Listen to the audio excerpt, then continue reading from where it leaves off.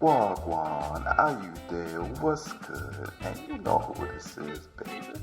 The number one podcast in America, dedicated to all you kings and queens of color, homies and homettes, shotters, woo gals, G-boys, and chargies. The one and only Jerk Jollof and Collard Greens podcast. Wagwan, how you day? What's really good? Welcome back to the Jerk Jollof and Collard Green podcast show.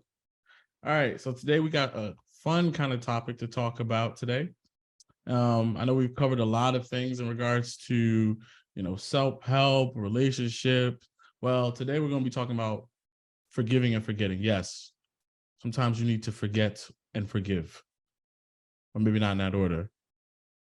But in order to maintain good relationships and mental health and your good attitude, you have to work on those things and you have to work on forgiving someone. So today we're going to talk about those things. So I hope you tune in and learn how to drop that emotional weight that we've all been carrying from others, and learn how to make each other feel better and learn how to also maybe be a little bit better yourself. But if you don't follow us, follow us at Jerk Jollof, Collard Pod on IG. And then for more podcast-related content, or send us your questions, feedback, some talking points, anything you guys want to hear. We're vastly approaching the hiatus. So, we take your feedback and we kind of use that to kind of plan our next talking points. So just hit us up on our emails as well as jjcpod@gmail.com as well. And don't forget to like, share, and follow us and leave us your reviews because, every little bit of information helps us get a little bit better. All right, I got my boys here today. We got Fran. We got Mr. G Ransom in the building. Yo, Mr. Cool voice. You see that mellow, that calm, like my man is just like that's his whole I mean, he's like why is my cousin talking like he's trying to pick some girls up? Like, no, that's not you gonna give me some pussy tonight. Why you over there talking like, hey sweetie? Yeah, whatever, bro. Gotta get some pussy. I'm gonna let y'all know before we even got on here. They were already trying to roast hey, me, baby, bro. What's your name? What's your number? They wanted to roast me for like why Selassie hat floating on his head like that? Let me get some pussy tonight, please. Let's talk about your hat. What's on your head, bro? Bro, this is the granddaddy fedora. All y'all are gonna have this shit real soon. Y'all should already have the fedora in y'all collection already. You know what I mean? But this is the granddaddy collection. This is Zaddy fedora going on. Yo, right I'm now, holding on to my young blood. That's the kind of hats you got. I know, right? What you doing, young blood? Like, I'm at get the pussy tonight. Oh God! Is that what we on today? I got the stone. Let me get that. I got that. Oh gosh. Yeah. Oh boy. Well, I got a question for you. Can I ask you a quick question? Yeah, go ahead. I went to an event recently. It was a Santa greeting event, and Santa was black. How do y'all feel about black Santas? Now, the only reason why it stuck out to me because this wasn't a black part of town. If it was Irvington, Newark, I could kind of understand a black Santa, but this was just like a blue collar, very white neighborhood with a black Santa, and I'm just like, oh shit, black Santa. It's inclusive. Actually, so like my wife and I just took our son to see Santa today, and we wanted to see a black Santa as well, but because we have some travel plans and just want the schedule that they have available just won't work with our time before Christmas. So we had to settle for the white Santa, which we saw today. And I thought it was cool, And the idea of black Santa is actually really awesome though, because it gives the kids to see different side that Santa could be different color. It doesn't have to be black, it could be Chinese, it could be, whatever race, right? So I think it's important that we get to see those different shades of Santa, right? Because it's all applicable to us. So that means we could have transgender Santa. I mean, why? I mean, who says Santa was white, bro? We got transgender Santa. LGBT Santa. Oh, because you said because of the inclusiveness of it. Why not? I mean, my thing is like, why is it when we say Santa, we gotta say Black Santa? It's like, I mean, it's like like, you said Santa was white though. I mean, like, Daddy, Santa could be whatever you want it we're to just used to be. seeing a white Yeah, Santa we're all the used to time. seeing Yeah, white we Santa. used to it, but doesn't mean that's the only color that it is, Like, right? Daddy, I We want are we Black are in Santa. we live in a society where we are trying. I mean, we have no now we have more black dolls, right? And different like shades of Mm-hmm. different colors of Even toys. Band-Aid. That's more, yeah, bandages and stuff like that. That's more inclusive and actually it's more applicable to all of us because not all of us have white skin. So, and I think is pretty dope, man. And the county or the town you were just talking about for them to hire a black Santa, I think that's pretty awesome and kudos to them. That's Yeah, crazy. I don't So you know. could For be me, like, when it comes to that, um, I don't know why people get so bent out of shape when it gets twisted, when it gets changed, because ultimately these are all abstract characters. These aren't real people. so we So saying Santa's not real? sorry to all our kid listeners. I hope I just ruined some Christmases right now. I hope they not listening. Hope they're not listening. Parents, cover your kids in. That's the same parent hot boxing they kid. That ain't real. But Mm. no, but like it's actually a really good question because I tie this to the whole like when the Ghostbusters, when they did the Ghostbusters and they did an all-female cast, and when they did the James Bond and they hired a black guy, and then they did Ariel and then they made her a black woman, and people just like get so bent out of shape about it. And it's like, is it really that deep? You know what I mean? Like, I don't understand why it's ever that deep. And these are like, I understand this. Okay, I understand the tradition of the thing, right? The tradition of the entertainment, or like you're historically used to seeing a white Santa. But at the end of the day, what is Santa supposed to symbolize? You know, what is it? What is the presence of, like, what is the purpose of Santa? Is he achieving his ultimate objective of trying to encourage or instill good in people and telling them that they could be rewarded, that life will reward them for their good nature? Then the same, you know, it all applies. So, I mean, get over it. Well, yeah, y'all know there is like a black Santa though, right? Like supposedly he wasn't Santa. I forgot what he was called, but whenever a kid got coal for Christmas, he was the one that was giving you the coal, and he was depicted as a black figure. So it was just Damn, like, so now you could flip it. You could be like, oh, you got coal this year? Well, damn, that's white Santa that gave you that coal. I mean, like to my cousin point though, I think it's all relative, man. Like I Yeah. think you make it what it is for your kids, for your family. I think and at the end of the day, there's gonna be families. So a lot of people have been out of shape over it, having Black Santa. I'm sure even in the county that you were talking about, I'm sure there's gonna be a lot of families who are not gonna be happy with that. But just the idea and having the balls to make that decision to be like, you know what, this is who you guys have to deal with this year, because we want to be inclusive and like embrace other race, other people, different background, and it doesn't have to be just always this white person doing this. I think it shows strength, and it's just like that is the direction that our nation is going, and people just got to be ready for it. It's a movement. We here, baby. We ain't going back. So you could imagine. Like, I think it's so funny because I like ever since I've been growing up here in the U.S., it's like America is a melting pot, and but socially we haven't been reflective of that. Like we would have stereotypical black movies, stereotypical white movies. The Oscars would be all the major dramas and all that would be the white movies that get featured in there.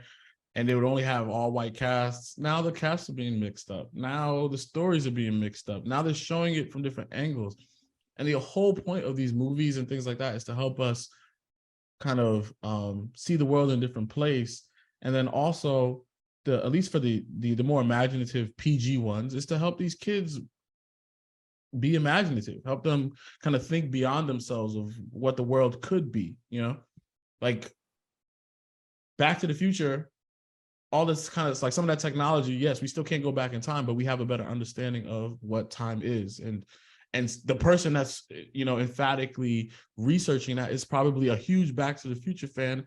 And I was like, yeah, maybe I'll somehow get back there, Jurassic Park, where looking at fossils, becoming a paleontologist. So, I mean, there's nothing wrong with having the imagery of the actor be reflective of other ethnic groups, because everybody needs to imagine too. We all need to dream. So we could have a white T'Challa. Damn, you really did that. We could have a white Black Panther too, an Asian one. That was a good question, bro. You got me, bro. That might be. I'm envisioning right now like a Santa sitting, like, and we have a Santa for every race. You have Asian Santa, Chinese Santa, Japanese that's Santa, hard, bro. I don't Black know Santa, a white Santa, a white Hispanic. You say Asian and Japanese. Latinx Santa. Actually, I said Asian, but I'm like, I don't want to do an I Show Speed moment and think all Asian people are Japanese. So now I gotta say Chinese Santa. Yeah, but I think doesn't Japanese Asian Santa just capture everyone? Doesn't it doesn't, because then you have Indians, you have the dark. Yeah, but they're all under Asians. the Asian continent, right? Yeah, but there's so many different Asians. It's like saying, okay, have one African Santa and it'll apply to Nigerians, Ghanaians. No, you need a Ghanaian one African Santa is fine. Yeah, because we are Nigerian from. Santa. Yeah, why can't we just have one African Santa? Why does it have to be African, have Nigerian, Ghanaian Santas? Then you're gonna have plethora of Santas when But we all wear different clothing. Where one is. Why can't we see? This is what the issue is. Everybody want to just have their home. Why can't we just share? Why can't we just share? So one Black Santa for everybody. Yeah, why can't we share? But here's my but I do see what Selassie's saying, because if he's wearing a red suit and whatever, does that really resonate with the culture that he's trying to be associated with? You know, like, we just getting deep. It's about representation. That's why you can have a white T'Challa. Like, we get too deep. Give him the red. I mean, but like the point is though, like, I think why do we when we have a Black president, when we had Obama, he represented all of us, all Black people. He was the image that were like, okay, a Black person just accomplished this.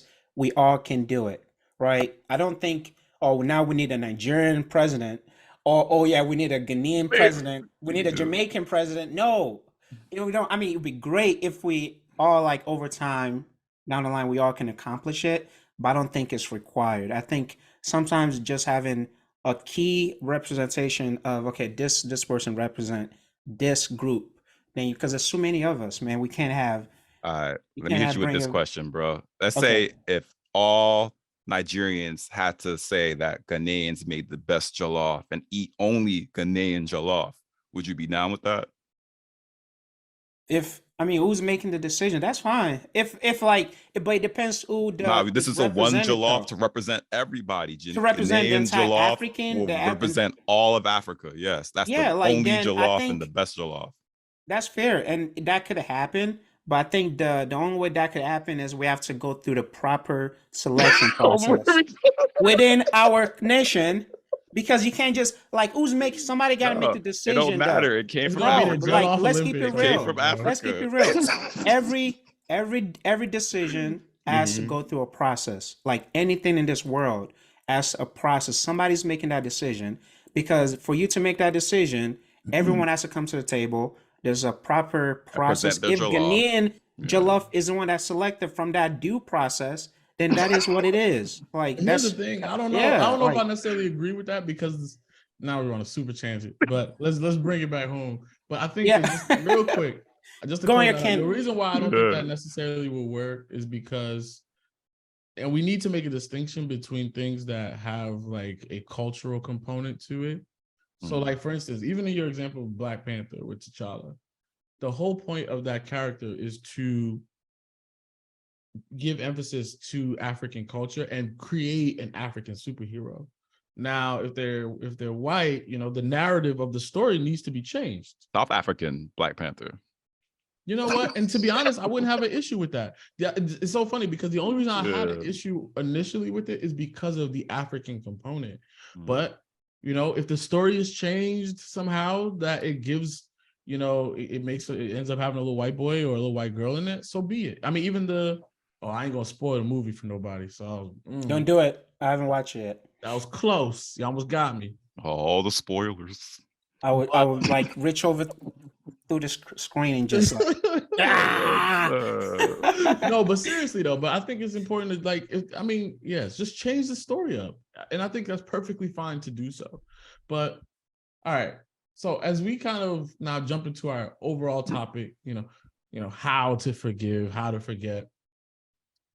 Let me ask you just a fundamental baseline question, right? Which one do you think is easier, forgiving or forgetting? If you had to choose, which one do you think is going to be the ultimate, like, easier to do? I guess I'll take this. I mean, personally, I'm going to answer this in two different ways. For me personally, I think for me it's easier to forgive than to forget. But in our society, though, I think it's harder for people to forgive. I think it's harder for people to forgive than to forget. So, if that makes sense. So, because I think people rather like not deal with the issue and just and remove themselves completely from the issue. If you're having relationship problems with a family member or friend or whatnot, people will more likely just remove themselves from that situation than actually have that tough conversation, deal with the issue, and actually try to resolve it and come to like a resolution. But it just it's just a lot deeper, I think. I mean, there's a lot of burden that comes with that. I think the virtue of forgiveness is probably one of the hardest one for people to actually do in our society, and it shows because in our community we see it all the time. People kind of just dropping friends and cutting people off. We're in the culture of cancel culture, right? So like where people can't actually have that tough conversation and figure things out and come to a compromise and actually have. And I think one of the reason for that, I think when you believe in a higher power or have God, if you believe in God, I think it's easier, more likely for you to forgive. Because I always, than someone who doesn't believe in a higher power, because I always look at like I've seen like court cases, and I see someone who murdered like one of your loved ones or your kids or your parent, and they like use the because God forgive our sins, it's only right for me to forgive you for your sins. Mm-hmm. Using that like belief system, and you see them go to the murderer of their family member or their son or whatever, and embrace that person and say, I forgive you, but I'm not sure how the forgiveness process work. I think, but from the forgiveness standpoint, I think it's easier, especially if you believe in a higher power. I think it's easier from a society standpoint to do that. But but I think but naturally, if I remove the religious part of it, just as a society as a whole, I think it's harder for people to forgive and to forget. Now, is this question for me directly or just what I think overall as people? No, yeah, just speak from your own perspective. I think like from my own perspective, as well as for people, I think it's easier to forgive than it is to actually forget. Like I know me personally, I don't really forget anything. Like, especially if something that I've forgiven, I'm definitely not going to forget that. But it's just like a lot of the times it's like, I feel we can be pressured. And this is where I think Fran dropped in, while I look at it from the spiritual aspect as well. If you're supposed to be this,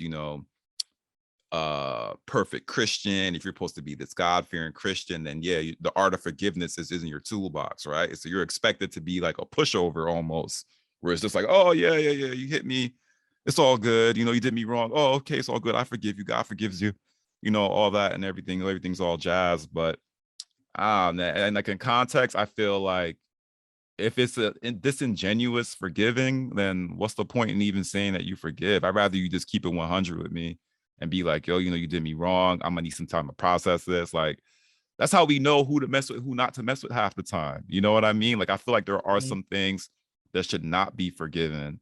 And you should never forget anything. And I think Bob Marley said it best. He was like, what? Don't forget your history, know your destiny. In the abundance of water, the fool is thirsty.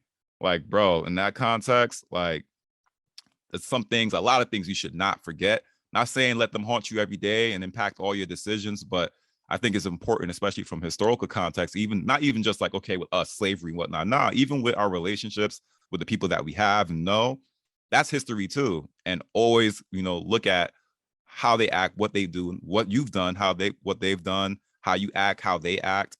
That's all part of like the display of your relationship with those individuals. But particularly I feel like, we're looking at spiritual or in society, you're expected to like forgive. Otherwise, you're complacent or complicit.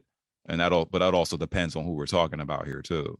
I mean, So that's interesting that you said the terminology that I'm like the word that I'm struggling with is you said forced or feel pressured to forgive. Like, do you truly think that's why people are more religious or who believe in God forgive because they feel? Now, I mean, don't you just think it's just part of the virtual of the religion itself, like? Because you practice that. Because I mean, God said, "Love your neighbors as you love yourself." Treat others as you want to be treated. All of that stuff. And and the Bible even said, when somebody slap you, turn your other cheek, right? So it's like you are practicing this religion that teaches you like just to like not take something so personal because it actually cleanse your soul, right? So for me, I said all of that to say that I don't know if I would call it forced or feel pressured to forgive. I just think it's just part of it just I think it's more natural because if you're gonna forgive people, I think you just do it because it's part of who you are, not because you actually this I think it's more of a private thing. It's not something you do publicly. I don't For the most part, like if you forgive someone, it's something you have to do internally for it to actually comes out publicly, how you interact with them and stuff like that. yeah. So Well, I think when it comes to the spiritual aspect, and it's very funny that that's the one thing that a lot of people will pull is like turn the other cheek. But I don't think I've seen more acts of retribution than in the Bible. Like even when we take a look at Exodus, what Moses commanded, what God commanded Moses to do well, not to do to Pharaoh, but God was like, "Hey Moses, I want you to go to Pharaoh, tell him let your people go. If you don't, I'm gonna send these plagues." You know what I mean?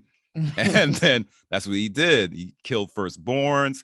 Like I feel like in the state of forgiveness and who's to dole out punishment, I think spiritually we're expected to think that God will handle that. Like it's not in our place to now dole out retribution or say, "Oh, and I come in the power of God to punish you and condemn you and whatnot." No, that's not our place to do that as Christians. It's our place to spread the word of love and gospel. But at the same time, I don't think there's any scripture that says let somebody do you dirty or let somebody beat you down, let somebody assault you or murder you. Like I don't think in any part of the scripture that's a part of it. Like I don't think all the Christians that I've seen in the Bible, none of them was slacking.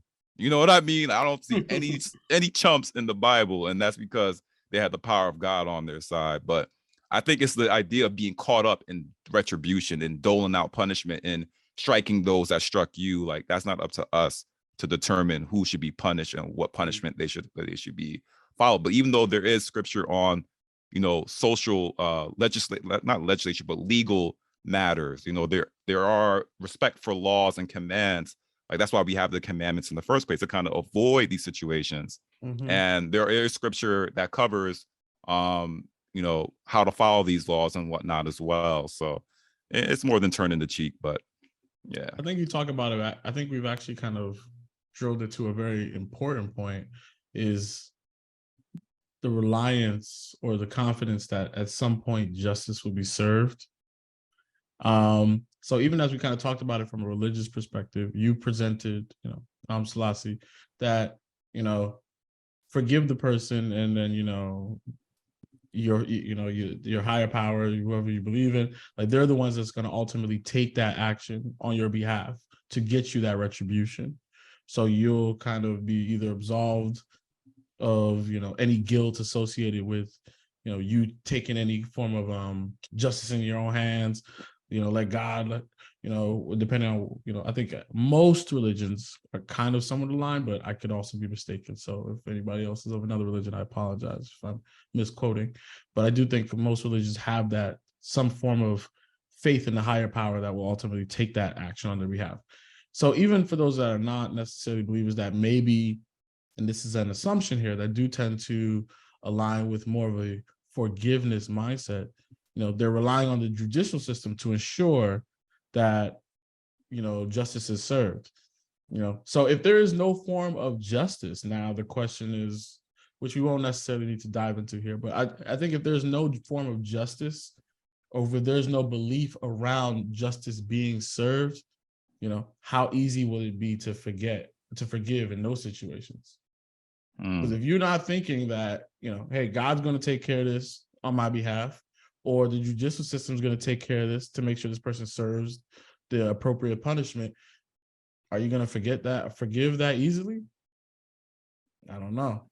Yeah, and that's where where the Bible taps into social laws as well. That there's a whole scripture dedicated to it where it tells you hey, if a man is rich and he goes to court, don't, or let's say if a poor man goes to court or whatever and it's an offense to a rich man, don't favor the poor man solely because he's poor. You know what I mean? He should be subject to a fair trial. Same in reverse. Don't criminalize the rich man because he's rich. You know what I mean? Or criminalize the poor because they're poor. So, I mean, it is just funny how the Bible also covers, not funny, but, there is irony there that it does cover that as well. And yeah, we should look up to these laws to help kind of put those practices into place and kind of give us the justice that we're expecting, especially since our peers among us make these decisions as well. But I mean, I think we've seen a lot of cases where justice system has failed. And, I'll say that. I'll end there. So then for me, I guess one question I do have that actually kind of piggybacks off of that, since let's sit on this justice for a little bit, because if our forgiveness is tied to the expectation that justice will be served, right? What if you have already forgiven, but the penance does not match your expectation? If the person, I mean, there's been numerous times where, I mean, if someone has drunk drivers and stuff like that, everybody in the car, but the driver dies. Those drivers may not even receive, the same level. I mean, they're not going to receive death penalties in most instances. So for those families that have lost those significant others, having them go to serve X amount of years in prison, is that equal penance, And then if that is not equal penance, are they likely to forgive? Are they going to hold back their forgiveness? Put yourself in that scenario. Would you, that tells yourself, my faith says I'm supposed to forgive this person, but they've only received 1 year of prison time or some community service. Are you still going to forgive that person? Yeah, I think it's a hard one for sure. But I think you just have, sometimes you just gotta, yeah, I guess it depends on, I guess I was just thinking of the example you were using, like with the car, if it's a car accident, I guess it depends on the relationship with that person. But usually when things like that happens, it maybe, let's just say you don't know that person well. So yeah, I think it will be very tough to forgive that person when they are, freely walking in that community when you know the wrong they did you. And like one example of that I can think of right now is the FTX debacle that's going on right now. Because I mean, SBF, Sam Bankman-Fried, is free right now, and he's doing a bunch of interviews. And where a lot of people felt like he defrauded a lot of people for billions of dollars, right? And people feel like it should be in jail already, right? And I mean, I lost a lot of money from due to his decision making and his, whatever he's saying, risk management, lack of risk management, or whatever reason it is. But I mean, whatever reason he's free and whatever it's just what it is, right? I mean, I think you have to just take it one day at a time. I know it's easier said than done, but you just have to let the due process take place. And when when everything kind of settles in, then I think you have to just do your best to, because ultimately you want to cleanse yourself, because it has such a trickle down impact on your life when you hold on to grudges and you don't forgive, depending on how deep rooted the issue is. it has trickle down impact on your life. And until you don't even realize it until maybe you go to therapy and they start pulling back the pills, peeling things apart, and they realize the issue is so rooted and so deep, and sometimes it's rooted back to maybe like a situation in your past life where there was a scenario where you didn't forgive or and forget possibly, and it actually has that impact on your life and impact the way you some of the decisions you've made in moving forward in your life, and has negatively impact your life. So sometimes, and I know it's easier said than done, but sometimes I think it is best to find a way to forgive because of some of the issues that can come out of it, because it's a small seed and it can grow over time and turn into something really ugly. So, um, I know it's easier. I mean, it's easier said than done, I know, but Mhm. the goal is to try your best to find a way to move on because you have to find a way to move on. I Yeah, think I you would say speak. Oh, go ahead, Sal. go ahead, go ahead. I think you speak very much to the point of why, because the original question that we kind of started all the way back was, is it easier to forgive or to forget? And as we kind of continue to talk about this, you can see the complications around forgiving and how difficult it is to forgive. And even will actually ask you guys another question in a second about the state of forgiveness. But I do want to just submit something to the conversation for anyone who's still thinking like, oh, maybe it is easier. I think it's easier to forgive than to forget, because I think that's the position that you originally had, Fran. So there's a lot of different scholarly articles, journals, different things about memory, because forgetting is in memory. There's the 7 types of forgetting, which is a really good read. But one that I want to reference is by A.J. Wilkins. It's called Remembering to Do Things, a theoretical framework and an illustrative experiment. And in this experiment, what they did was try to gauge people's ability to remember things.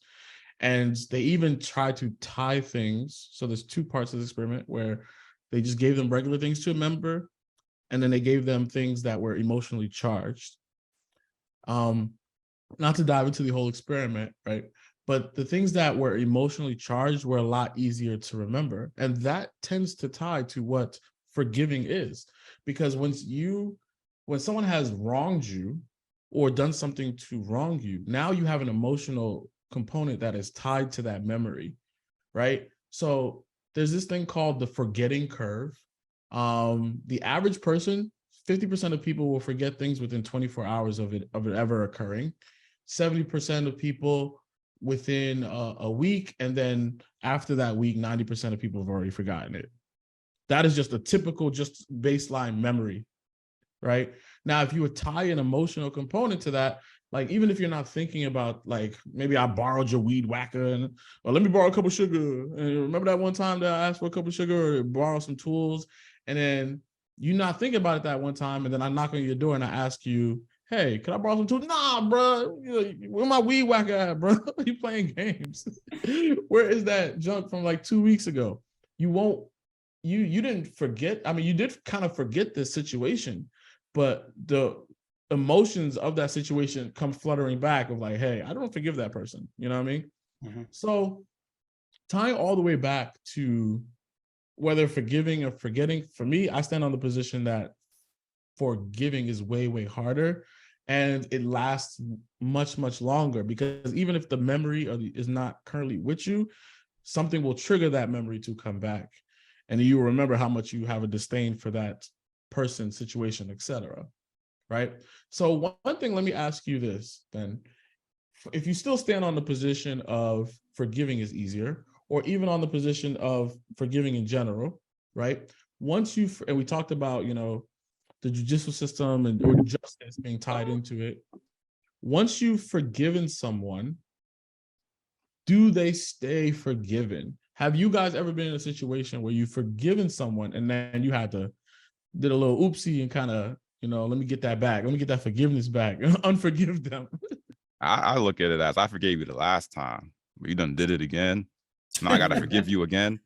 Like, I think one thing That's another reason why I say forgetting is, a lot more difficult. Is a lot of times we don't forget what we've forgiven. We kind of keep a tally on all the forgivens we've given. And that's why you say forgive and forget. It's kind of like, am I supposed to do both at the same time? Like, how does that work? When realistically, like even out of a spiritual context, like just as a regular person, if you don't believe in anything, it's kind of like you got to muster that up from within to make that decision. And I think it all applies based on, okay, what value does this relationship have to me right now? A lot of the times our bosses do some foul shit to us and we'll just mow it on over. Like, you know what? I need this job right now. If I react the way I want to, I might lose my security. So you then wager like, okay, is what I'm feeling really worth what the repercussion might be? And what I'm triggered to say or do really worth it? Should I just mow this over? And I think a lot of times we do that. We compartmentalize because we take a look at what's on the line here, based on what we feel versus what we know, how we would probably normally respond if that was somebody else. So I think like all those things kind of go into the equation that make the matter a little bit more difficult. But I think if you're gonna forgive, try to forget. But like I said, I lean on not forgetting anything because I feel like we should maintain that history. Not that I'm gonna constantly, when they say forget, I'm thinking is don't constantly apply that to me, right? Like, oh yeah, here comes D Black, the money snatcher. Oh, here he comes. He's gonna snatch some money. You know what I mean?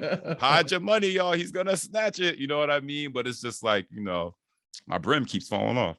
It's that's what I think it means when it comes to forgetting. It's kind of like, all right, not like completely erasing the memory, but not letting that afflict the relationship you have with the person on a daily. But of course, I'm gonna maneuver a little bit differently if I know somebody's a money snatcher. You know what I mean? I might tuck my chain. You know what I mean? So move a little smarter.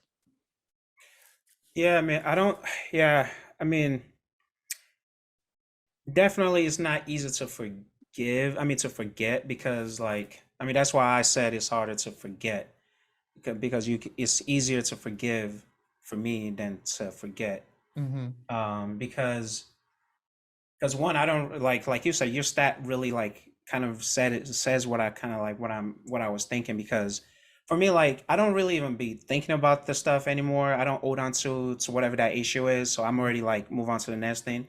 Because if you hold on to every single thing every wrong somebody did you, then you're gonna have a long list of emotion, the wrongdoing they did, and you want to like retaliate and like, oh, you didn't say hi to me when I saw you, so fuck you. So next time I see you, I ain't gonna say nothing to you too. It's just like, but I think it's not easy to forget. You just have to like try your best to kind of move on from whatever that situation is and find your way to just build that relationship back with that person. So you just gotta like be true to yourself, be honest with that person, but just and be realistic with yourself because even though yes, you want like the goal is to forget all the married men or people in relationship, when you leave the toilet seat open, when you don't close that, she ain't gonna forget, bro. She's gonna bring it up over and over and over and over again until forever. She's never gonna stop it. So, you see what I'm saying? So, but that's no, I think it's funny because that actually ties into where the next thing I was gonna say because remember I was asking if like how do you stay forgiven? Like do you stay in a state of forgiveness? Because the reason why I asked this question because if it's something that someone is habitually doing, you've forgiven them about it the first time. But if it's a part of their innate nature, do they stay forgiven? Do you forgive each instance? Just have to love them at that point, you just got to love them for who they are and just find ways to find happiness, the other things they do that bring joy to you. Right. So, and enhance that. Like, so I guess it really depends what it is, right? It depends. There's a scale of iniquities, right? So whatever that issue is, right? If it's something petty or versus when it's extreme, then I think it's harder to move past it. But especially if you are in a relationship, you do things to your spouse, or you say things to your spouse that you don't mean, and then when you get into a fight, or you're getting to start bickering at each other, and she or he brings up, oh yeah, that's what you did last time, or blah blah blah.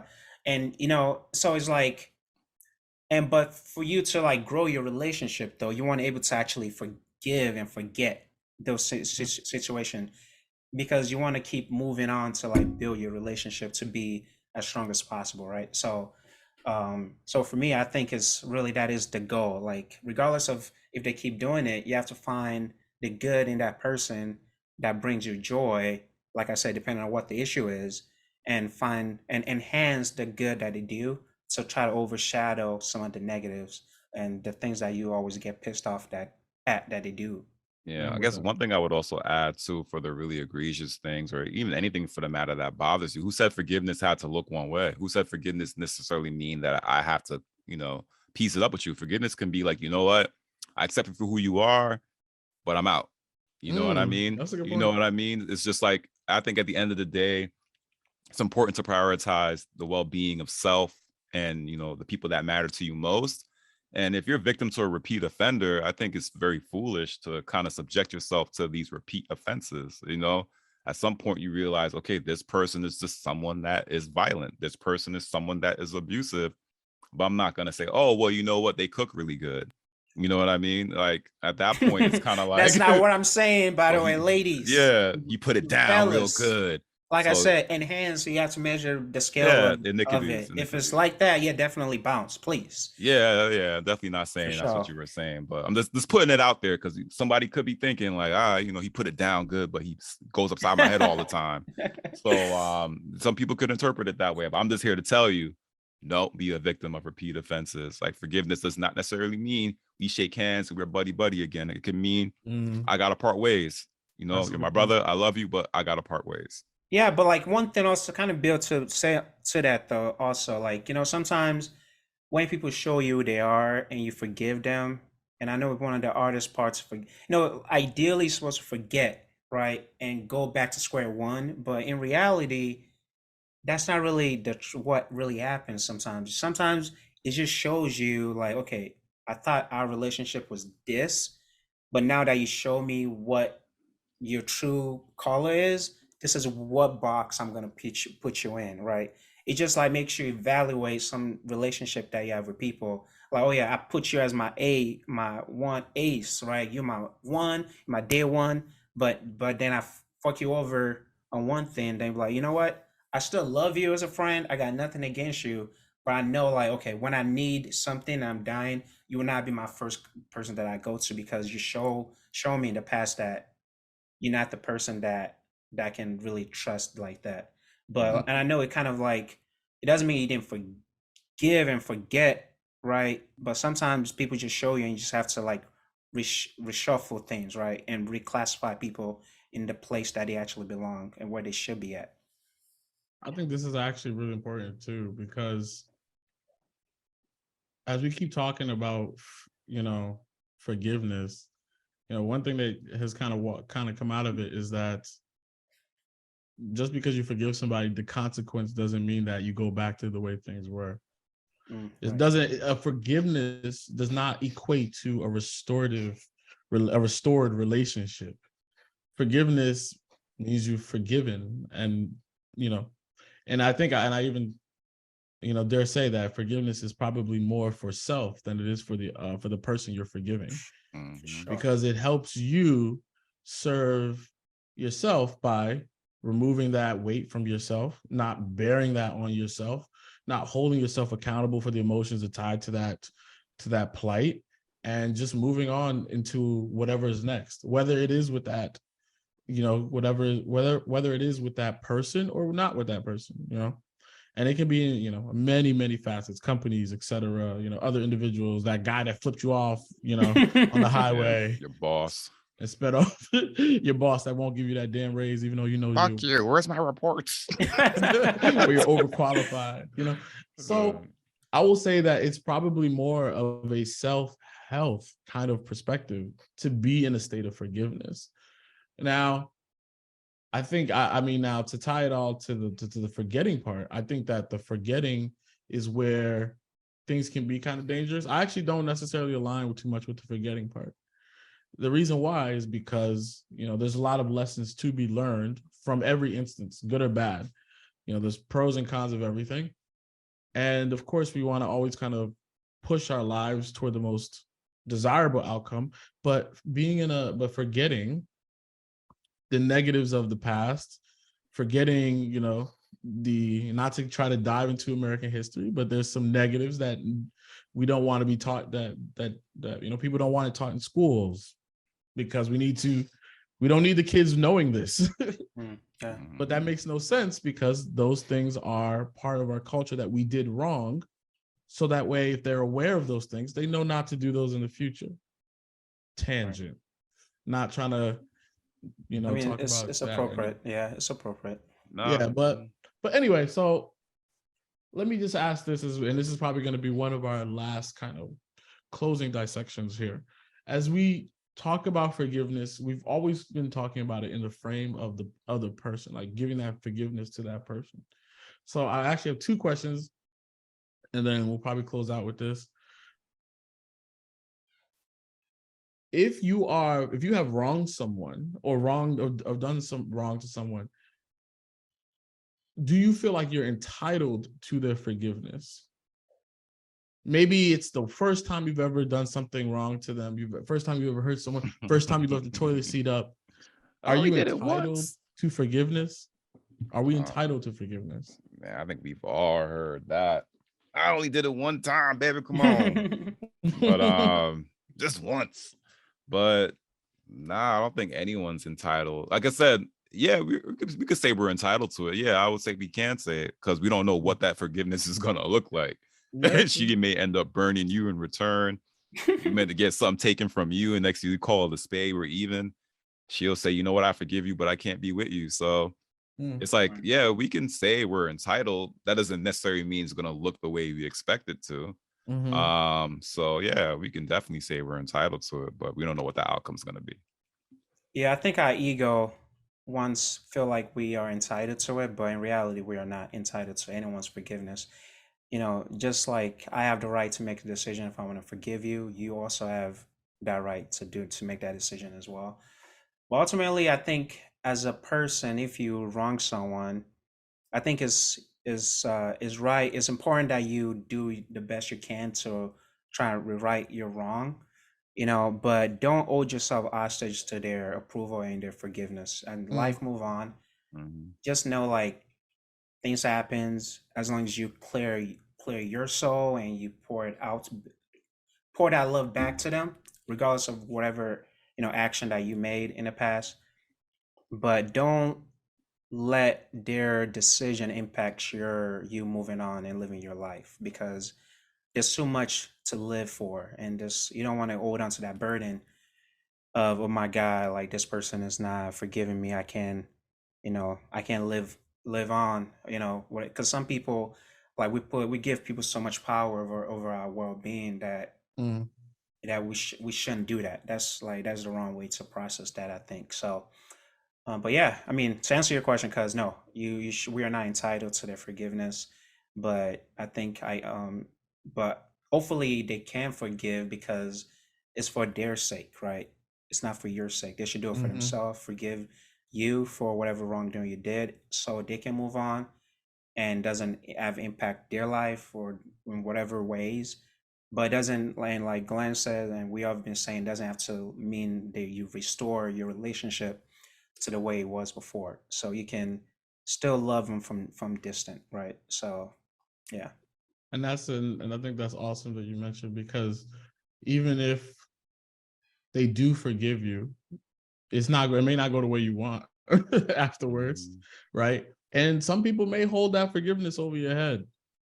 You did this one thing, I forgive you. You're gonna work for my forgiveness. You want my forgiveness, you're gonna work for that. So yeah. I think I do agree. I do think that there is a point in trying to make amends with someone if you've wronged them. But, that doesn't mean that they now have the right to kind of take advantage of you because you've wronged them, Right. It's not that, an eye for an eye type mentality. Sometimes people want two eyes for that one. And a leg. Yeah, I was about to say that. They want to love you. Yeah, they want their whole body. Everything. So then, let me ask you this then, as this is kind of I think will be the last question I have. But so as we kind of talked about forgiveness, and it's really focused on self, right? Do you think that people are too quick to forgive themselves when they've wronged someone? That's Ooh, a good question. wow, that's a really good question. I don't know. I think that's a individually based answer. I don't know if Okay, so answer it from your yeah, perspective. How because easily do you forgive yourself when you yeah, wrong because I someone? mean, I feel like if you're a person who kind of like really hard on yourself, when you like, I think sometimes you don't forgive yourself so quickly when you are that if you have that personality. I think Mhm. you do beat yourself up for a while. And I think those people, I think they go out of their way trying to win back forgiveness from that person that did wrong. Um, I don't know. I don't know what if is I don't know if I would say people are quick to forgive, to forgive themselves, because I don't know how often that happens. I guess I never really thought about that before, but that's why it's a really good question. But I think it's really based on your personality and how you process stuff in your Mhm. own in your own being, and that's really how that reflect how you process things like that in your own personal life. So I think it's so I would say I think it's individual based. Yeah. I would say, hell yeah, I want that forgiveness. ASAP. I hate, I abhor those slow punishments. Like, don't Mm. let it linger. Just tell me straight up, like, yo, Glenn, you fucked up, man. And you know, it is what it is. I'm a big boy. I'll get over it. For me, because I'm a person that's really focused on the resolution and the end goal. So for me, I don't really like to slow roll. Okay, all right, what happened? Who did what? Like, if I made a mistake on my job, I'm gonna say, oh, I fucked up. Like, let's just get this all done. Let's not go to each person through the workflow and say, all right, what were you responsible for? What were you responsible for? What was you responsible for? Sometimes I'll just take the blame, which I don't suggest, but sometimes I'll just take it just so we could just move on. You know what I mean? Because you know what? If I was involved in the workflow and I missed something, fine. The part that I missed, I did. How can we move forward? You know what I mean? Because I'm always in that forward mindset. But I will never don't ever take the blame for something that you never did. So Rule Glenn, number Well, so one. do you forgive yourself? That was the question, right? Do you yeah. forgive yourself quickly? So like when that Absolutely. happens, then do you forgive yourself quickly for I, anything I'm so wrongdoing? ready to get it over with. Yes. I'm just like, you Okay. know what? I messed I up. fucked up. Move on. Can't let's move on. Like, Yeah. no need to slow roll it. Let's move on.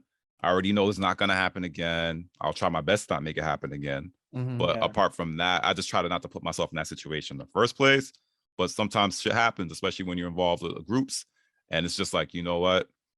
I missed something that let's move it. I'm ready to move forward. Let's go. Yeah, no, it's hard for me, man, because I mean, even talking about work, man, there was just a project recently, like when like I felt like it was funny because my one of my coworkers, she was like, "Oh, do you need help with this?" And I was like, "No, I got it," and I did it, and so ultimately something didn't go as planned, and it almost impacted my group in a Mm. greater way because the project that we were trying to go live with, we couldn't do it because we have to there's a like a approval process that before you go live you have to make sure you get it, submit the request and it gets approved, and you have to do it like that weekend. And I thought I submitted it and I didn't, and I was so hard on myself because I was like, fuck, we worked months on this project and it's supposed to go live this weekend and I Mm. potentially just fucked it up. So like I was hard on myself for that, because especially when I had cool teammates, colleagues who reach out to me like, "Hey, Francis, do you need any help with this?" And I was like, "No, I got it," and I did it. But I was able to get it resolved because then I owned up to it. I called my boss like, "Hey, like this was what happened. We got all this new process, this like all this new check boxes that I guess I was supposed to do that I didn't do." But it took me a while to forgive myself because I was thinking of the impact was so big, and it Mhm. was like I'm gonna push this project back by another week, and it was supposed to go live this weekend. So like, and for me, I'm the person that kind of like, even when I play basketball and I know like I just missed a game winning shot, Mhm. pick up I think about it throughout the day because it pissed me off, right? And so for me, it's hard for me to forgive myself because it's hard for me to just move on so quickly when I know I fucked up, that and it impacts just not me but other people, especially when it impacts other people. It's harder Mm-hmm. for me to like forgive myself because I So beat I think myself that's up. actually. Oh, go ahead. Yeah, that was it. So I think it's actually really important that we actually even talked about that too, because I think there's two angles to this. If let me add my own 2 cents to it. When it comes to forgiving yourself, we had an episode, I think it was 56, 57, no, 56, where we were talking about, I might be misquoting the number, but we were talking about positive and negative influence. Not forgiving yourself puts you in a spiral of negative pressure on yourself, that the pressure of, and this is my opinion, not scientifically proven, whatever, but I think that it puts you in the space where you're almost paralyzed. You're so focused on not making that same mistake again that it immobilizes you to make any action at all. There's no growth in you. There's no growth in the situation. There's no improvement to a situation. You just don't want to. I just don't want to fuck up. I don't want to mess up nothing. I'm sorry. All right. I'm sorry. Let me just I ain't don't touching touch shit. That's Like, it. for real. I ain't doing this ever again. Yo, for real. Like, so it because it, in my opinion, because it forces that level of degradation of the mind and the psyche and the confidence of the human being. Like I'm very much for try to forgive yourself as soon as possible. But as we've kind of talked about, what that forgiveness entails, what goes into that forgiveness, that is the real thing that matters, right? What actions are you taking to validate that forgiveness that you're placing on yourself? What improvements are you doing to validate that forgiveness that you're placing on yourself? Like even in sports, we talk about it all the time. If somebody throws 6 picks, they're still gonna throw another one. Like Carmelo Anthony, he used to take there was one game where he missed 8 shots in a row, and he was still jacking up threes. James Harden will go. I don't know if anybody who follows basketball like that, but James Harden will go one for 30. Shooters shoot. Shooters are supposed to shoot. Mhm. So if we are supposed to be if shooters are supposed to shoot, and in society we are supposed to live our life to the fullest, we need to live our life to the fullest, and that means forgiving ourselves as well. Now, if you want to be malice in forgiving yourself and you literally just disregard the impact that you've played, the action that you've taken, and the negative effect that it's played on society or whoever, then that's how you choose to live your life, and then there will be consequences that will come with that. You know what I mean? Mm-hmm. But if you take the appropriate actions and you truly forgive yourself, right? But you take the appropriate actions to make amends, right? There'll also be actions and consequences that may come with that, and at least you can continue to progress and give back to society in another useful means. So in closing, I think that it's really important, as we kind of talked about the forgiving and forgetting, the one takeaway that I want to ask everyone to kind of look at is forgiving and forgetting. One, it's really about you, because you have to take ownership of your forgiveness, and you have to take ownership of how what you choose to remember and what you choose to forget. Secondly, you are not accountable for another person's forgiveness or their forgetting. So you may do everything in your power. You may change your entire persona. You may dedicate your life to a company, an entity, a person, and never receive their forgiveness. So it's very important that you forgive yourself so that you may continue to grow, right? And lastly, the outcome does not always tie to that forgiveness. So it's really important that you weigh the outcomes of the actions that you take, and maybe don't put yourself in that position if not necessary, Amen. So in closing, thank you guys all for your time. Really appreciate you guys kind of jumping on our listeners jumping on this with us, having this conversation about forgiving, forgiveness, and forgetting as we kind of approach the new year. And as we kind of have some other episodes, we're going to talk about New Year's resolutions and things of that nature. Don't tie all of your all of your mistakes and your negative emotions. Don't carry that into the new year. Forgive yourself. Don't forget, maybe make new lessons, take those as lessons learned, and try to improve in 2023. And be the best version of yourself that you could possibly be. And if nobody forgives you, I do. Oh boy, We ain't never gonna forget if you don't the ladies, subscribe, man, share, talking or over listen there to with a our smooth, episodes. soft voice. Ladies, this is your boy D Black. Yo, I your boy D forgive Black you. in the building. Yo, so I love you. I thank Thank you you for all so listening. much for taking the time to listen to us. For more content or to learn more about the podcast, feel free to check us out at Jerk Your Off Collar Pod on Instagram. Stay tuned for the outro coming up right after this to learn additional ways to reach out to us and send us your feedback. Be sure to like, share, follow, and leave us a review on your preferred streaming platform. Hey, see you guys in 2023. Got more and more content coming to you guys. Tell us what you guys really want to hear. Don't be shy on these topics. We're not afraid to talk about nothing.